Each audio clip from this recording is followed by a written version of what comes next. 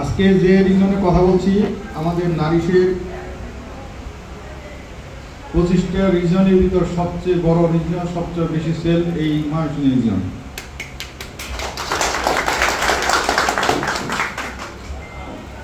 সবচেয়ে বেশি সংখ্যক ডিলার হাইস্ট লেভেলে সেল করে এই ময়মনসিংহ রিজনে।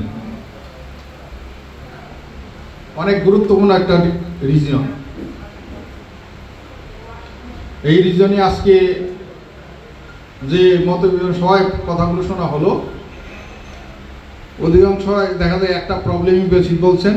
এ ব্যাপারে আমাদের দুইজন স্যার আছেন, ওনারা কথা বলবেন। নারিশ মানে ট্রাস্ট, মানে কমিটমেন্ট।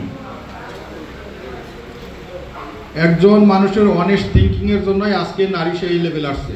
আজকে লাখ লাখ লোকের কর্মসংস্থান হয়েছে, রিজিকের ব্যবস্থা করছেন একজন মানুষের অনেস্ট থিঙ্কিং এর জন্য।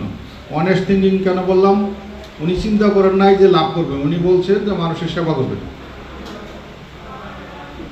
উনি 25 করে ভাগ করে দিয়ে আমি চলবো। কর্মকর্তা, এজেন্ট, খামারি সবাই, আমরা খামারিকে মূল্যায়ন করে বেশি। আর এই জন্য আমাদের স্লোগান হলো ফার্মার ফার্স্ট। খামারি যদি বেঁচে থাকে, ডিলার বেঁচে থাকবে, ডিলার বেঁচে থাকলে কোম্পানি বেঁচে থাকবে। অ্যাগ্রো বেসড বিজনেস পৃথিবীর জন্ম থেকে শুরু হয়েছে, পৃথিবী যেদিন শেষ হয়ে যাবে সেদিন এই অ্যাগ্রো বেসড বিজনেস তৈরি হবে।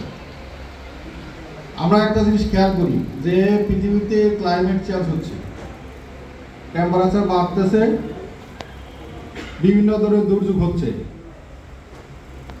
আজকে খেয়াল করেন যে দুবাইয়ে যেখানে কোনো বৃষ্টি হয় না সেখানে বন্যা হয়। সারা মরুভূমিতে লেক পাওয়া যায়, হ্রদ পাওয়া যায়। আমাদের দেশে জীবনে মানে 50 বছর মধ্যে দেখে নাই পানি। নোয়াখালী, কুমিল্লা রিজন, তারা তাদের ঘরে চালের উপর বসেছিল। এই হলো অবস্থা ক্লাইমেটের। তার মানে কি আমাদের খাদ্য শস্যের অভাব হবে,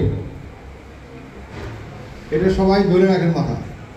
5 বছর 10 বছর পরে দেখবেন যার ল্যান্ড আছে সে বাধ্য হবে, টাকা থাকবে কিন্তু ধান চাল কেনার মতো, বিক্রি করার মতো লোক পাবে না।